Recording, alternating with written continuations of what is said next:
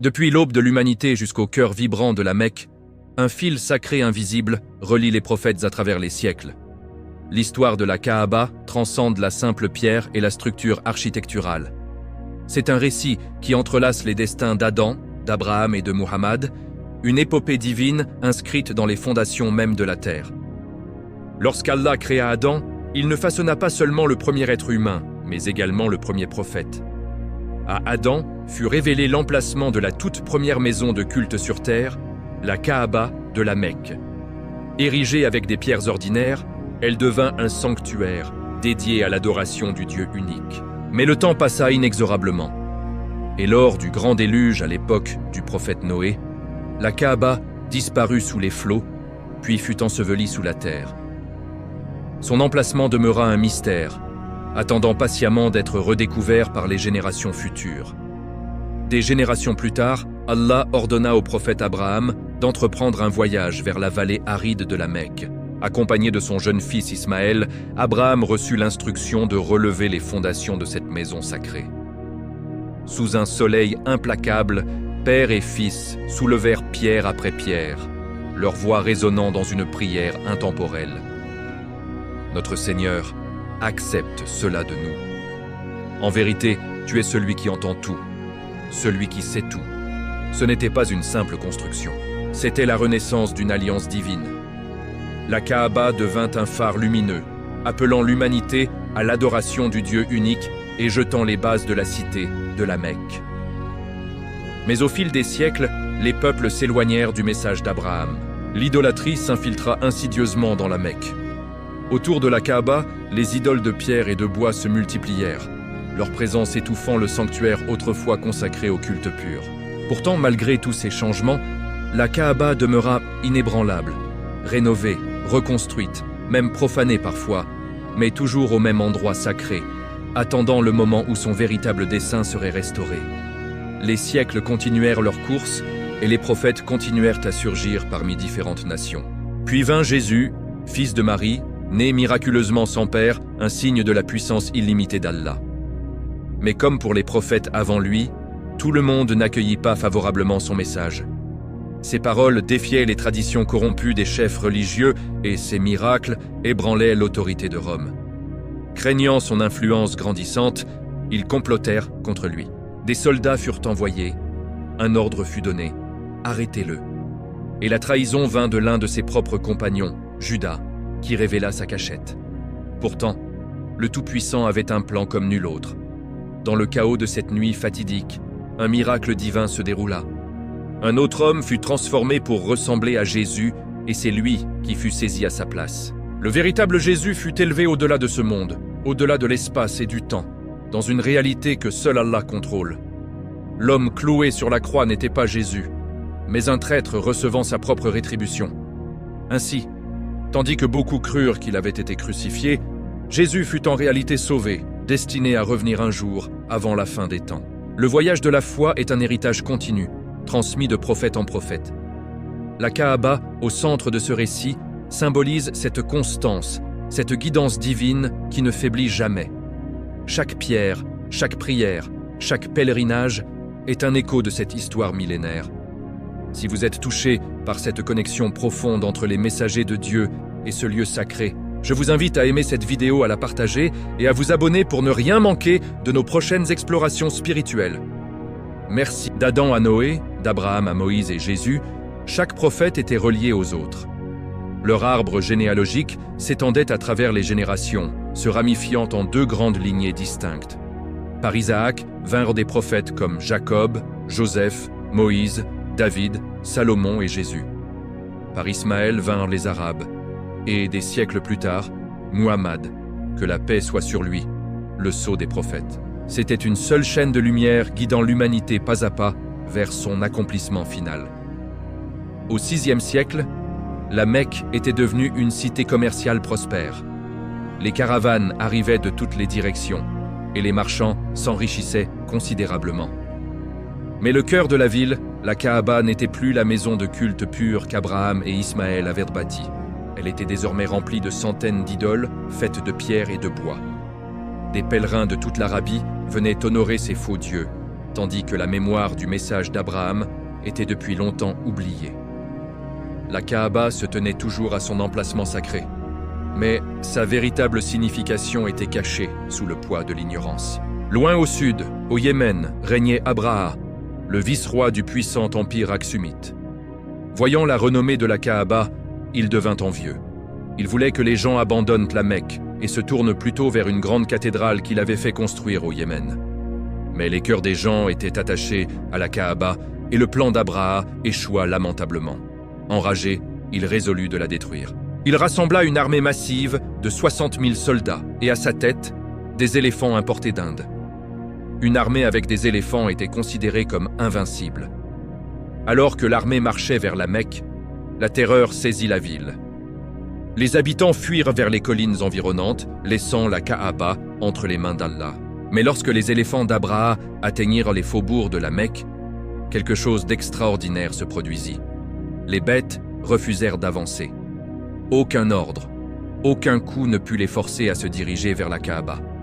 Puis, de l'horizon, une vaste nuée d'oiseaux apparut, assombrissant les cieux. Chacun portait de petites pierres dans son bec et ses griffes. Lorsqu'ils plongèrent, les pierres s'abattirent sur l'armée avec une force dévastatrice. La panique éclata, les soldats se dispersèrent, les puissants éléphants piétinèrent des hommes dans leur confusion. En quelques instants, l'armée fut anéantie non par des mains humaines, mais par le commandement d'Allah. La Kaaba fut sauvée, et cette année demeurerait à jamais dans l'histoire comme l'année de l'éléphant. Peu de temps après cet événement miraculeux, cette même année précisément, un enfant naquit à la Mecque. Un enfant destiné à changer le cours de l'histoire humaine. Son nom était Muhammad.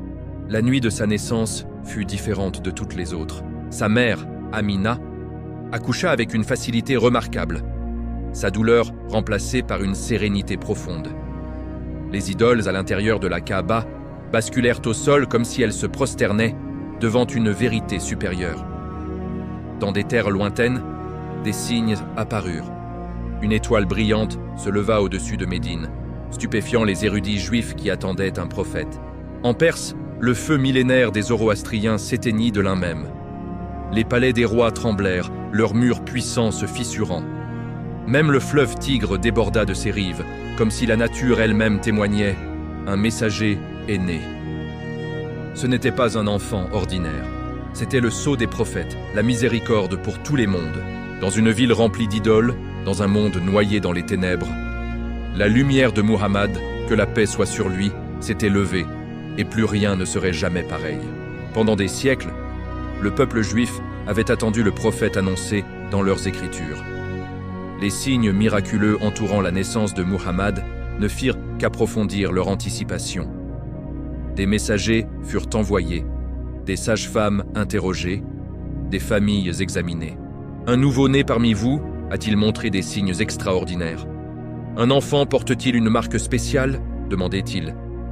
Mais leurs recherches se limitaient à leur propre peuple, les Hébreux. Et ainsi, ils passèrent à côté de la vérité.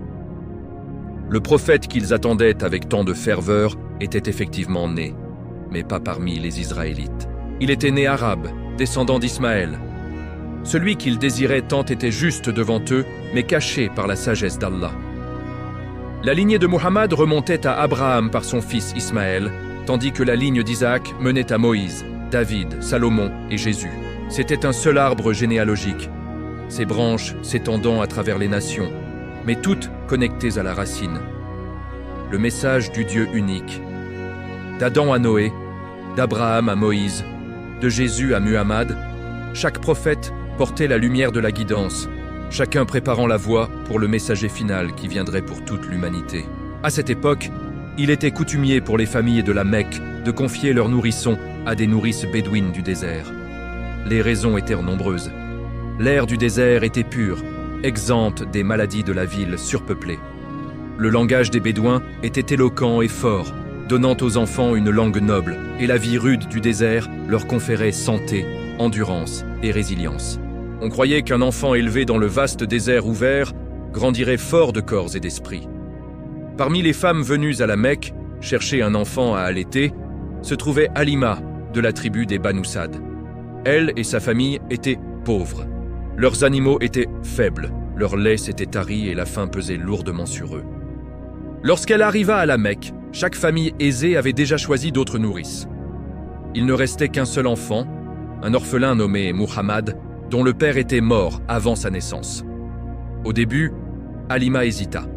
Un orphelin n'apporterait aucun soutien financier. Mais elle ne pouvait supporter de rentrer les mains vides. Alors, elle dit à son mari « Laisse-moi prendre cet enfant. Peut-être qu'Allah nous bénira à travers lui. » Au moment où elle prit Muhammad dans ses bras, tout changea. Sa poitrine, autrefois sèche, déborda de lait. Son chameau faible devint soudainement fort et rapide. Son âne, lent lors du voyage vers la Mecque, distança maintenant le reste de la caravane sur le chemin du retour. Sa famille était stupéfaite. Son mari s'exclama « Par Allah, cet enfant nous a apporté la bénédiction !» Alors que Muhammad grandissait sous la garde d'Halima, les bénédictions ne firent que se multiplier. Les pâturages de sa tribu, autrefois arides, devinrent verts et luxuriants. Ses animaux devinrent sains et pleins de lait, tandis que d'autres luttaient encore contre la sécheresse. Les gens de sa tribu disaient « Suivez les troupeaux d'Halima, faites paître où elle fait paître, sa terre est toujours fertile. » Pendant 4 années, Muhammad resta sous la garde d'Halima. Elle l'aimait comme son propre fils, et le lien entre eux était fort. Mais finalement vint le temps de le rendre à sa mère, Amina. Même ainsi, Halima n'oublia jamais l'enfant qui avait transformé sa vie. Elle savait qu'il n'était pas un garçon ordinaire. Les années passèrent, et Muhammad, que la paix soit sur lui, grandit sous la protection de son oncle Abu Talib. Enfant, il accompagnait son oncle lors de voyages commerciaux, apprenant les coutumes des caravanes qui traversaient les déserts d'Arabie. Lors d'un tel voyage vers la Syrie, quand Muhammad avait environ 12 ans, leur caravane se reposa près d'un monastère. De sa fenêtre, un moine chrétien nommé Bahira les regarda approcher. Bahira avait passé sa vie à étudier les anciennes écritures, la Torah, les psaumes, l'évangile. En elle, il avait lu des descriptions d'un prophète qui devait encore venir, un prophète qui s'élèverait après Jésus, un prophète qui serait le sceau de tous les messagers. Alors que la caravane approchait, Bahira remarqua quelque chose d'inhabituel. Un petit nuage semblait suivre, protégeant les voyageurs du soleil brûlant. Intrigué, il invita les marchands à un repas, observant attentivement pour voir si les signes correspondaient aux écritures qu'il connaissait si bien. Au début, aucun des invités ne se distinguait. Puis Bahira demanda « Êtes-vous tous ici? Quelqu'un manque-t-il » Abu Talib répondit « Seulement un jeune garçon, mon neveu Muhammad, qui est resté avec les marchandises. » Bahira insista « Amenez-le. » Lorsque Muhammad entra, le cœur de Bahira trembla. Il vit en lui les signes mêmes qu'il avait étudiés toute sa vie. L'humilité, l'éclat de lumière, et même la marque spéciale de la prophétie entre ses épaules. Bahira tira Abu Talib à part et dit d'une voix basse et urgente « Ce garçon n'est pas un enfant ordinaire. Protège-le bien. Un grand destin l'attend. » Des siècles auparavant, Allah avait choisi un autre prophète, Moïse, pour affronter l'un des plus grands tyrans de l'histoire. Pharaon régnait sur l'Égypte avec arrogance, asservissant les Israélites et tuant leur nouveau-né par crainte d'une prophétie selon laquelle un garçon israélite se dresserait un jour contre lui. Mais selon le plan d'Allah, le nourrisson Moïse fut sauvé. Placé dans un panier sur le Nil, il fut porté par le fleuve directement jusqu'au palais de Pharaon, où la propre épouse de Pharaon l'éleva comme son fils. Moïse grandit entouré de richesses et de pouvoir, mais son cœur était lié à son peuple opprimé. Lorsqu'Allah l'appela finalement à la prophétie, il l'envoya à Pharaon avec un message simple et puissant.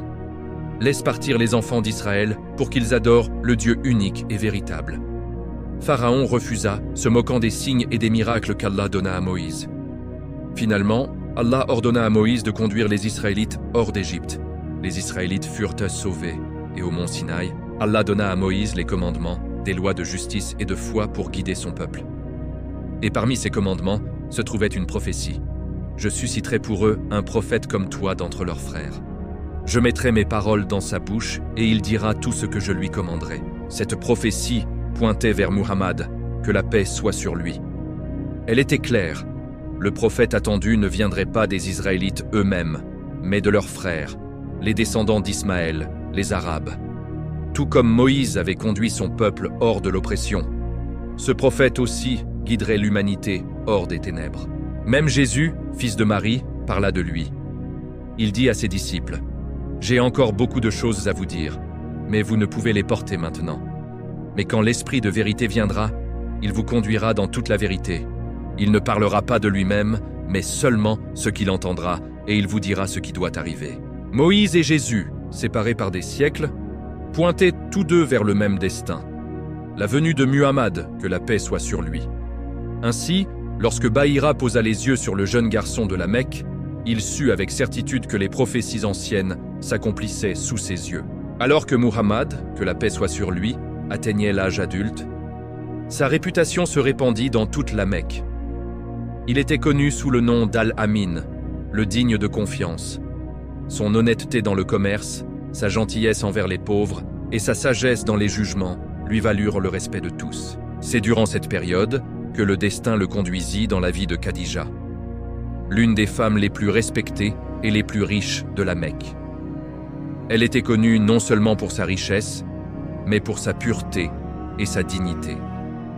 Même les hommes arrogants de Quraysh l'appelaient At-Tahira, la pure. Khadija avait rejeté de nombreux prétendants parmi les riches et les puissants. Mais lorsqu'elle entendit parler de l'honnêteté de Muhammad, elle lui confia sa caravane commerciale. Les profits qu'il rapporta furent plus importants que tous ceux qu'elle avait vus auparavant. Mais plus que les profits, elle fut frappée par son intégrité, son humilité et son noble caractère. Avec l'aide d'un ami de la famille, Khadija proposa le mariage. Bien que Muhammad, que la paix soit sur lui, eût peu de richesse, elle voyait en lui ce qu'aucune fortune ne pouvait acheter. Leur mariage fut rempli d'amour, de respect et de soutien indéfectible. Un partenariat qui durerait 25 ans, jusqu'à son décès. Khadija n'était pas seulement une épouse. Elle était sa confidente, son réconfort et la première croyante qui resterait à ses côtés quand le monde se retournerait contre lui. Même si la Mecque prospérait, ses habitants restaient enchaînés aux idoles et aux faux dieux. Muhammad, que la paix soit sur lui, cependant ne s'inclina jamais devant eux. Il recherchait la solitude, se retirant souvent dans la grotte de Hira, dans les montagnes entourant la Mecque. Là, dans le silence de la nuit, il réfléchissait à la création, cherchant la vérité, aspirant au Dieu unique que son cœur connaissait déjà. Ce fut lors d'une de ces nuits de contemplation profonde que l'histoire elle-même allait changer. Seul dans la grotte, une présence soudaine remplit l'obscurité. L'ange Gabriel apparut devant lui, enveloppé de lumière. « Lis !» ordonna l'ange. Tremblant, Muhammad répondit « Je ne sais pas lire. » De nouveau l'ordre vint. « Lis au nom de ton Seigneur qui a créé l'homme d'une adhérence. Lis, et ton Seigneur est le plus généreux, qui a enseigné par la plume, enseigné à l'homme ce qu'il ne savait pas. » Submergé, Muhammad, que la paix soit sur lui, s'enfuit de la grotte, son cœur battant la chamade, son corps tremblant. Alors qu'il descendait la montagne, l'ange apparut à nouveau, cette fois remplissant tout l'horizon, déclarant d'une voix qui secoua la terre « Ô Muhammad, tu es le messager d'Allah !» Ébranlé, Muhammad se précipita chez lui. « Couvre-moi, couvre-moi !» cria-t-il, et Khadija l'enveloppa dans un manteau, le tenant pendant qu'il racontait la vision. Loin de douter de lui, Khadija le rassura. « Par Allah, il ne te déshonorera jamais. Tu entretiens de bonnes relations avec ta famille. Tu aides les pauvres et les nécessiteux. Tu honores tes invités et tu soutiens ceux qui sont dans la difficulté. Tu es un homme de vérité. » Elle l'emmena chez son cousin, Waraka ibn Nawfal, un homme savant qui avait étudié les Écritures. Après avoir entendu le récit de Muhammad, Waraka dit « C'est le même ange qui est venu à Moïse. Toi, ô Muhammad, tu es le prophète de cette nation. » Avec la première révélation, Muhammad, que la paix soit sur lui, était devenu le messager d'Allah. Peu après, un autre commandement vint. « Ô toi, qui es enveloppé dans un manteau, lève-toi et avertis le peuple. » La mission du prophète avait commencé.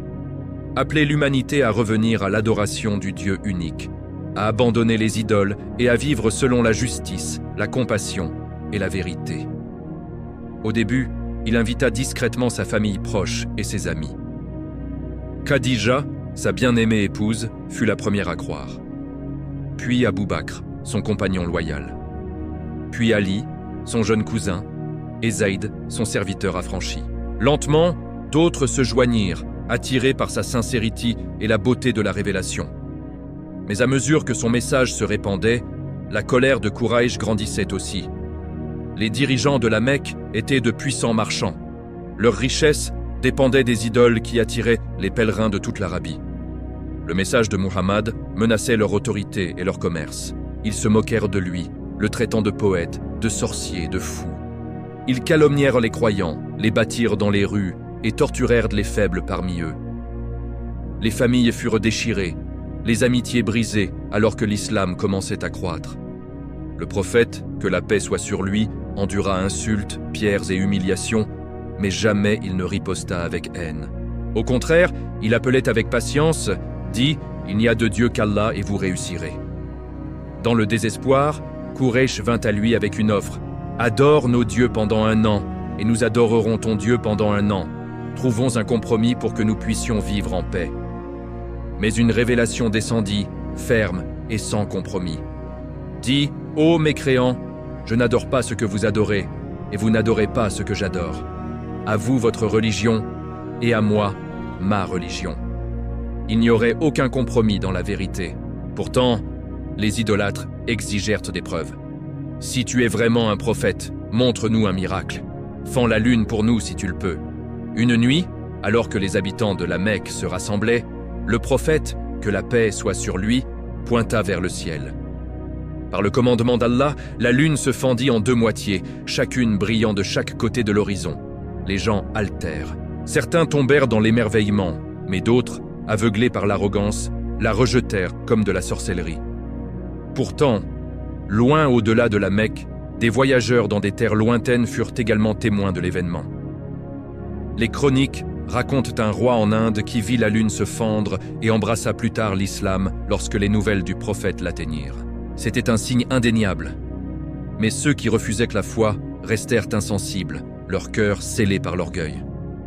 Alors que l'islam se répandait, la colère de Quraysh se transforma en cruauté. Ils se rassemblèrent et conclurent un pacte. Personne ne devait commercer avec Muhammad, que la paix soit sur lui ou ses disciples. Pas de nourriture, pas d'eau, pas de mariage, pas d'affaires. Les musulmans devaient être complètement isolés. Ils scellèrent leur pacte sur un parchemin et le placèrent à l'intérieur de la Kaaba elle-même. Pendant 3 longues années, les musulmans furent forcés de se retirer dans une vallée montagneuse. La faim rongeait leurs estomacs. Les pleurs d'enfants affamés résonnaient dans la nuit, et les croyants survivaient avec des feuilles et des restes. Le prophète, que la paix soit sur lui, regardait son peuple souffrir, mais ne perdit jamais espoir. Il les assurait qu'Allah ne les abandonnerait jamais. Puis vint une révélation. Le prophète, que la paix soit sur lui, informa ses compagnons que le parchemin dans la Kaaba avait été rongé par des insectes, ne laissant que les mots « Au nom d'Allah ».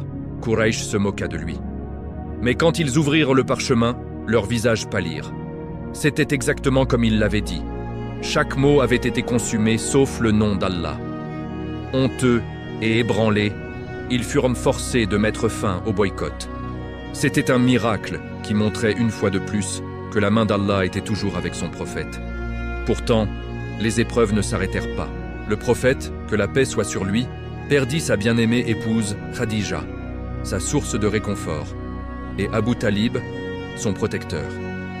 Avec le chagrin pesant lourdement sur lui, Allah lui accorda l'un des plus grands miracles de sa vie. Une nuit, alors qu'il se reposait près de la Kaaba, l'ange Gabriel vint à lui avec une magnifique monture appelée Al-Burak, une créature différente de toutes celles de ce monde, rapide comme l'éclair. Sur elle, le prophète fut transporté de la Mecque à Jérusalem en une seule nuit. Là, il mena en prière les prophètes Abraham, Moïse, Jésus et beaucoup d'autres, se tenant comme l'imam de tous les prophètes. C'était un signe. Muhammad, que la paix soit sur lui, n'était pas seulement un prophète pour son peuple, mais pour toute l'humanité. De Jérusalem, il ascensionna dans les cieux avec Gabriel à ses côtés. Il traversa les 7 cieux, accueilli par les prophètes venus avant lui.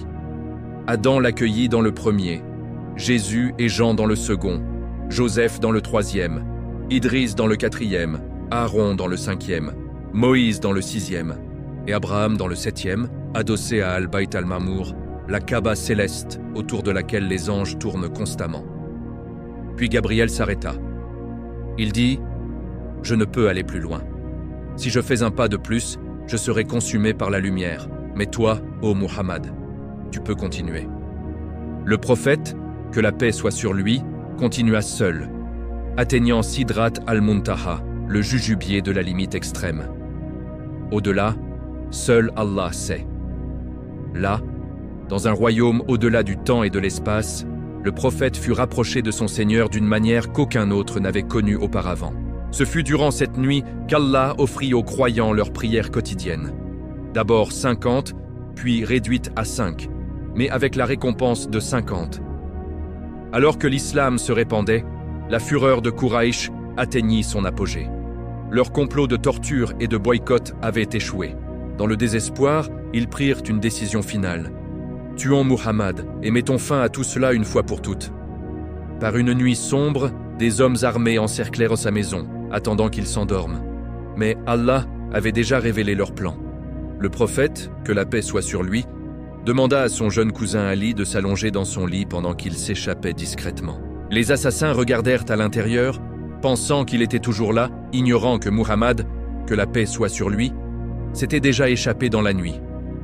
Avec son compagnon loyal Abu Bakr à ses côtés, le prophète quitta la Mecque, la cité de sa naissance, le foyer de la Kaaba, la terre de ses ancêtres. Son cœur était lourd, mais sa confiance en Allah était absolue. Alors qu'il traversait le désert, Quraïch envoya des cavaliers à leur poursuite. Bientôt, le prophète et Abu Bakr se retrouvèrent acculés près de l'entrée d'une grotte. À l'intérieur de la grotte, ils attendirent en silence tandis que l'ennemi approchait. Abu Bakr chuchota dans la peur. « S'ils regardent en bas, ils nous verront. » Mais le prophète, que la paix soit sur lui, répondit calmement. « N'aie pas peur, en vérité Allah est avec nous. » Et alors un miracle se produisit. Durant la nuit, une araignée avait tissé une épaisse toile à l'entrée de la grotte, et une colombe avait construit un nid et pondu ses œufs là. Lorsque les poursuivants arrivèrent, ils virent la toile et le nid et se moquèrent. Personne n'aurait pu entrer ici sans déranger cela. Ils se retournèrent, ne réalisant jamais qu'à quelques pas à l'intérieur se trouvait l'homme même qu'ils cherchaient. Ainsi, Allah protégea son messager, non avec des armées, mais avec la toile d'une araignée et le nid d'un oiseau. Des jours plus tard, le prophète, que la paix soit sur lui, et Abu Bakr arrivèrent à Médine. La ville explosa de joie. Hommes, femmes et enfants bordèrent les rues en chantant « Bienvenue, ô messager d'Allah ». C'était un nouveau départ. N'étant plus persécutés, les musulmans pouvaient maintenant vivre, prier et construire librement. Le tout premier projet du prophète, que la paix soit sur lui, fut la construction d'une mosquée, non pas une grande structure de marbre, mais une simple maison de culte avec des murs de briques de terre et un toit de branches de palmier. Pourtant, ses fondations étaient plus solides que la pierre, car elle était construite sur la foi. Ici, la communauté se rassemblait. Ici, l'appel à la prière résonna pour la première fois. Ici, l'islam commença à prospérer comme une société vivante, pas seulement une foi cachée. À Médine, l'islam devint plus fort de jour en jour. Mais Quraïch et la Mecque ne pouvaient abandonner leur reine. Ils lancèrent des raids, tramèrent des alliances et jurèrent d'écraser les musulmans une fois pour toutes. Le prophète, que la paix soit sur lui, resta patient, évitant la guerre jusqu'à ce qu'Allah donne la permission. Permission est donnée à ceux qui sont combattus parce qu'ils ont été lésés, et Allah est très capable de leur accorder la victoire. La première grande épreuve vint à Badr. Les musulmans n'étaient que 300, armés de peu plus que leur foi. Les Quraïch vinrent avec 1000 hommes, armés jusqu'aux dents, confiants dans la victoire. Ce matin-là, le prophète leva les mains dans une prière désespérée. « Ô Allah, si cette petite troupe est détruite aujourd'hui, il ne restera personne sur terre pour t'adorer. » Puis la bataille commença. La poussière s'éleva, les épées s'entrechoquèrent, et invisibles aux yeux humains, des anges descendirent en rang, combattant aux côtés des croyants. Contre toute attente, les musulmans triomphèrent. Quraïch s'enfuit dans l'humiliation. Ce fut un tournant, la preuve que la victoire ne vient pas du nombre ou des armes, mais d'Allah seul. Mais les épreuves continuèrent. L'année suivante à Uhud, Quraïch revint avec vengeance. Au début, les musulmans les repoussèrent, mais certains archers désobéirent au commandement du prophète, quittant leur poste à la poursuite du butin. Quraïch saisit l'opportunité, frappant par derrière, le chaos éclata. Le prophète, que la paix soit sur lui-même, fut blessé, son casque percé dans sa joue, son visage béni ensanglanté. Des murmures se répandirent. Muhammad a été tué. Les cœurs s'affaissèrent. Mais le prophète vivait, meurtri et blessé. Il se tint ferme, rappelant ses compagnons. Bien que les musulmans aient subi de lourdes pertes, la leçon d'Uhud était claire. La victoire ne vient qu'avec la discipline, l'obéissance et la foi. À travers ces batailles, le prophète, que la paix soit sur lui, enseigna des règles de guerre inconnues du monde à cette époque. Ne nuisez pas aux femmes, aux enfants ou aux personnes âgées. Ne détruisez pas les récoltes, les arbres ou les animaux. Ne touchez pas aux lieux de culte. Même en bataille, il maintint la justice et la miséricorde, établissant des principes qui, des siècles plus tard, deviendraient les fondements du droit international. Ce n'étaient pas seulement des batailles d'épée, c'étaient des batailles de cœur, et les leçons qu'elles enseignèrent résonneraient à travers les générations. Des années s'étaient écoulées depuis que le prophète, que la paix soit sur lui, avait quitté la Mecque, mais son cœur n'avait jamais quitté la Kaaba. Puis, la 6e année après l'hégire, le prophète et ses compagnons partirent non pour la bataille, mais pour le pèlerinage. Ils vinrent vêtus de simples vêtements blancs, non armés, cherchant seulement à adorer à la maison sacrée. Mais Quraysh les bloqua dans un endroit appelé Hudaybiya. Les tensions étaient vives, les épées près d'être tirées. Mais au lieu de la guerre, le prophète choisit la paix. Un traité fut écrit entre les musulmans et Quraysh. Les termes semblaient injustes. Les musulmans devaient repartir sans accomplir leur pèlerinage. Ils acceptaient de ne pas se battre pendant 10 ans. Et tout Mécois, qui s'enfuyait à Médine, pouvait être renvoyé tandis que l'inverse ne s'appliquerait pas. Beaucoup de compagnons étaient confus, même le cœur brisé. Comment pouvaient-ils accepter cela? Mais le prophète voyait plus loin que le moment présent. Il dit « Par Allah, je suis le messager de Dieu, il ne m'abandonnera jamais. » Le traité de Hudaybiya devint l'une des plus grandes victoires déguisées, car pendant la paix, l'islam se répandit plus rapidement qu'il ne l'avait jamais fait pendant la guerre. En seulement 2 ans, des milliers embrassèrent le message. Même certains dirigeants de Quraysh commencèrent à ouvrir leur cœur. Mais finalement, le traité fut rompu. Les alliés de Quraysh attaquèrent les alliés des musulmans, violant l'accord. Maintenant, le prophète avait la permission d'agir, mais il ne se précipita pas vers la vengeance. Au lieu de cela, il se prépara soigneusement et, la 8e année après l'hégire, il marcha vers la Mecque, non pas avec des épées levées bien haut, mais avec une armée calme et digne de 10 000 croyants. Alors qu'ils approchaient, la Mecque trembla. La ville qu'il avait autrefois rejetée attendait maintenant son retour. Mais il n'y eut ni effusion de sang, ni vengeance, ni chaos. Le prophète entra dans la ville la tête baissée dans l'humilité. Il se dirigea vers la Kaaba et une par une, il abattit les idoles avec son bâton, récitant « La vérité est venue et le mensonge a disparu.